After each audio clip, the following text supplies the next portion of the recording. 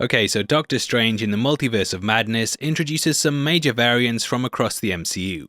These are a superhero group known as the Illuminati, who have managed to turn their Earth into a utopia full of free food where only Papa Pizza is getting dough. God damn. And before the movie released, they were easily the most anticipated part of it, and for the best part of a year, everyone was guessing who was going to be in the lineup. This ranged from Tom Cruise as Superior Iron Man to Jonathan Majors as Iron Lad, and when we got a shot of Professor X's shoulder, the internet went wild. We then got a shot of his hand, oh my god, his hand, Captain Carter's shield, and though they end up getting taken out faster than you leave this video when I bring the puns out, there's still a lot to talk about with them. Throughout this video, we'll be going through the entire lineup, and also discussing about how the movie changes things up from the comics. I'll also be making excuses for the film and why them being killed so easily is actually properly thought out, rather than them just being a bunch of chumps. So sit back, relax, please hit that thumbs up button, and also make sure you subscribe for videos like this every day. With out of the way, thanks for clicking this. Now let's get into the Illuminati. Illuminati? More like Suicide Squad. Okay, so the supergroup first appeared in the comics all the way back in New Avengers issue 7, which built up to Civil War. The aptly titled book, Road to Civil War, pretty much recounts the majority of their interactions, and it chronicles the group throughout the years as they work from the shadows controlling major events. They were made up of Namor, the King of Atlantis, Tony Stark aka Iron Man, Reed Richards aka Mr. Fantastic, Black Bolt, leader of the Inhumans, Doctor Strange, the Sorcerer Supreme, and Professor X, leader of the X-Men. Black Panther was also going to be a member, but he ended up stepping away after believing that their agenda would cause some issues. You pretty much had every aspect of Earth covered in them, as you had the Atlanteans, people represented in Tony, Reed showing the science space side of the superhero community, Inhumans, Wizards, and also Mutants. This meant that they all had their foot in some part of Earth's progress, and each counted as one vote for their people. Forming after the Kree-Skrull War, they were brought together because Tony realized that in not being united, it led to a difficult conflict. Each aspect of the group all had their own set of knowledge on certain parts of the race, but the fact that they didn't work together meant that the war raged on when they could have easily stopped it. So together, every time there was a big event in the comics, the group would meet and decide what to do. However, over the years, they slowly started to disagree with each other, which led to some internal conflicts. Arguably the most devastating point was when they united to come to a decision over what to do with the Hulk. He had just destroyed Las Vegas, and thus they came up with a plan to trick Bruce into traveling into space to help defeat a rogue AI. After he completed the mission, they revealed he was too dangerous to have on Earth, and they blasted him off into space. They said they'd picked out a peaceful planet for him to live on, but that was a f***ing lie, and it was revealed to be Sakaar, which led into the events of Planet Hulk. Hulk became a gladiator that then overthrew the Emperor, and he ruled the planet. Unfortunately, his ship exploded, and it killed his wife, which made him return to Earth angry on a quest for vengeance. This led into World War Hulk, which Namor actually predicted would end up happening. Everything came to a head just before Civil War, which required superhumans to register their names with the government. Tony correctly predicted that due to rising tensions amongst humanity and the heroes, that one day, someone would make a mistake that would cause so much backlash that they'd end up getting outlawed. This indeed happened, and thus to avoid a war, Tony ended up becoming the face of the Superhuman Registration Act. However, the arguments over whether this was the right thing to do or not caused so much tension amongst the group that they ended up dissolving. They did reform for some major events down the line, but they were never really the same after this point. Their arrogance led to their downfall, which is very much also mirrored in the movie. Now it's theory time. And one of the big criticisms I've seen around the film is that Reed tells Wanda Black Bolt's power, even though he's meant to be the smartest man on Earth. However, he does this because he assumes that he's dealing with the same Wanda from his reality. We know that the one in their dimension has her kids, so she likely never went through the events of Westview, and instead probably had them by some other means. Tony also doesn't seem to be alive in this reality, so the Age of Ultron we saw didn't really happen. Now we do see Ultron bots, but these were probably created by Reed, and didn't have the personality issues that Tony brought with them. Therefore, because all that evil Ultron stuff didn't happen, Vision was likely never created either. Thanos was also murdered by the Illuminati on Titan, so even if Vision does exist, then he wouldn't have killed him in order to get the Mind Stone. So all the events of Westview wouldn't have happened. Because this didn't go down, Wanda never became the Scarlet Witch, and also never got the Darkhold. Therefore, her power is probably still Age of Ultron level, and that's why Reed doesn't see her as a threat.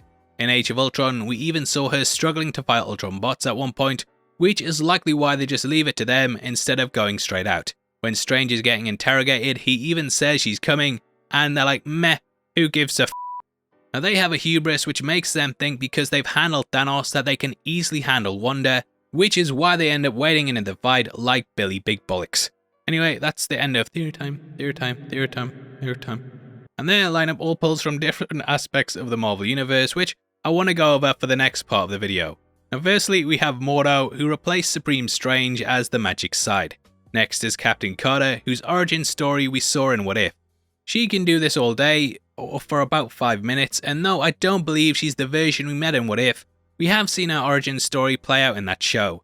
Peggy ended up taking the Super Soldier Serum instead of Steve, and when she tackled the giant octopus beast that was either Gargantos or Shumagorath, she was transported into the present.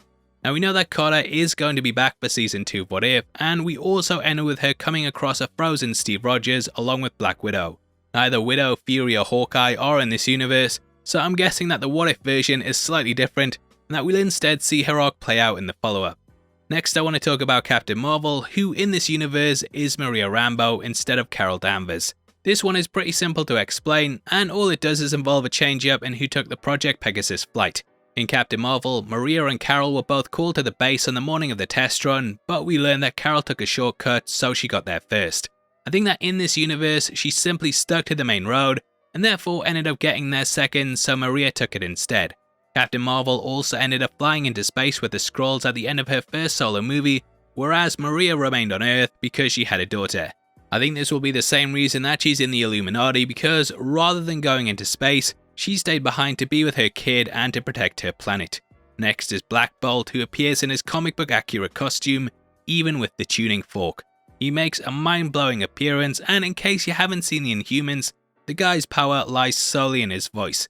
Just in the same way that Cyclops from the X-Men shoots uncontrollable blasts from his eyes, when Black Bolt speaks it causes devastating sound ripples that tear apart anything that's in front of them.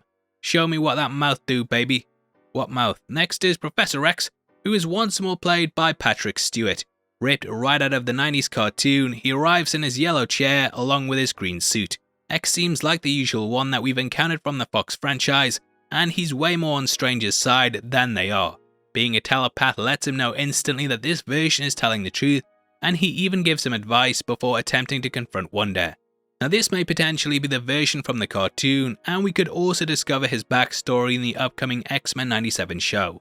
I know one of the big criticisms around the movie is that X goes out like a chump, but the guy's died loads of times before, so who knows, maybe this version is still alive.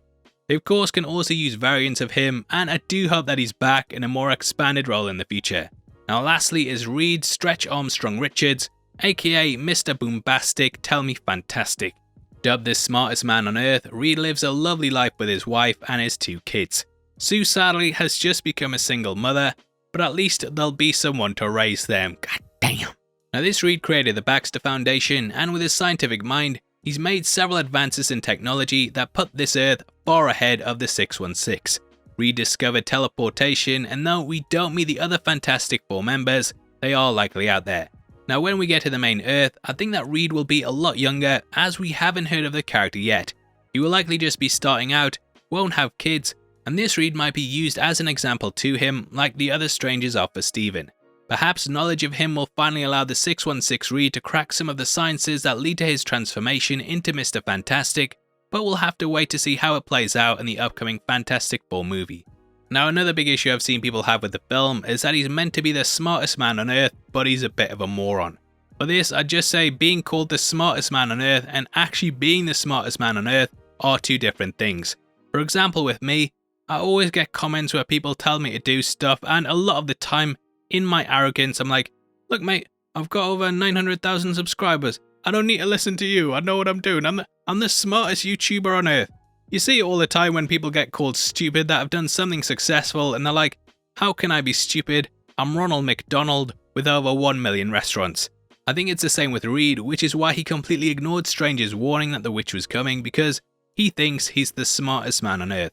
That's kind of how I see it, and the last bit of the video where I keep making excuses for this move. 2 seconds. Hey Karen. That's my wife Karen, spoilers. Karen, Has the check from Kevin Feige cleared yet? Yeah, cool. Right, as I was saying, the last big criticism I want to address about the movie is how they were all taken out within about 3 minutes, and how it's just a waste of introducing these characters to kill them straight away. To that I'd say, I think this was all done purely to show how powerful Wanda is. No matter how good the team is she's fighting, she can kick the crap out of them if needs be, so it just elevated the threat. I am 100% sure that these characters or versions of them will be back, so seeing them die like this adds to the danger of their return. We now know they're not invincible, so the stakes will be higher for their solo movies. The Fantastic Four is of course in production, so yeah, Reed will be back. We already have a version of Captain Marvel. The Inhumans exist if you want to watch that, which good luck. And though we don't have an X-Men movie announced, you can bet that's coming too. There's also What If for Captain Carter, so it's not like we'll never see these characters again. Like I said, I think this was done purely to build tension, and if you've been following our vids on the film, then you'll know we describe Wanda as being like the Terminator. I think the scene is pretty much just the same as the one in the police station during the first movie, where you think it's safe, Arnie shows up, kills everyone, and shows Sarah that not even the authorities can protect her. Really nice way of building the threat up in my opinion, but let me know below if you disagree. Now we are running a competition right now and giving away 3 copies of Spider-Man No Way Home on the 15th of May, and all you have to do to be on the chance of winning is like the video, make sure you subscribe with notifications on, and drop a comment below with your thoughts on the Illuminati. We picked the comments on that day, and the winners of the last one are on screen right now, so if that's you, then message me on Twitter at HeavySpoilers. If you want something else to watch, then make sure you check out our breakdown of the film, which will be linked on screen right now. One of our funniest videos, which depends what kind of sense of humour you have, as it's all subjective, but go check it out after this as you might learn something. Let's be honest mate, you bloody need to, because there's 400 Marvel movies coming out and you're not going to have a clue what's going on. So go over there and say thank you as well. I'm just kidding. Love you, and enjoy the rest of your week mate. Take care. Peace.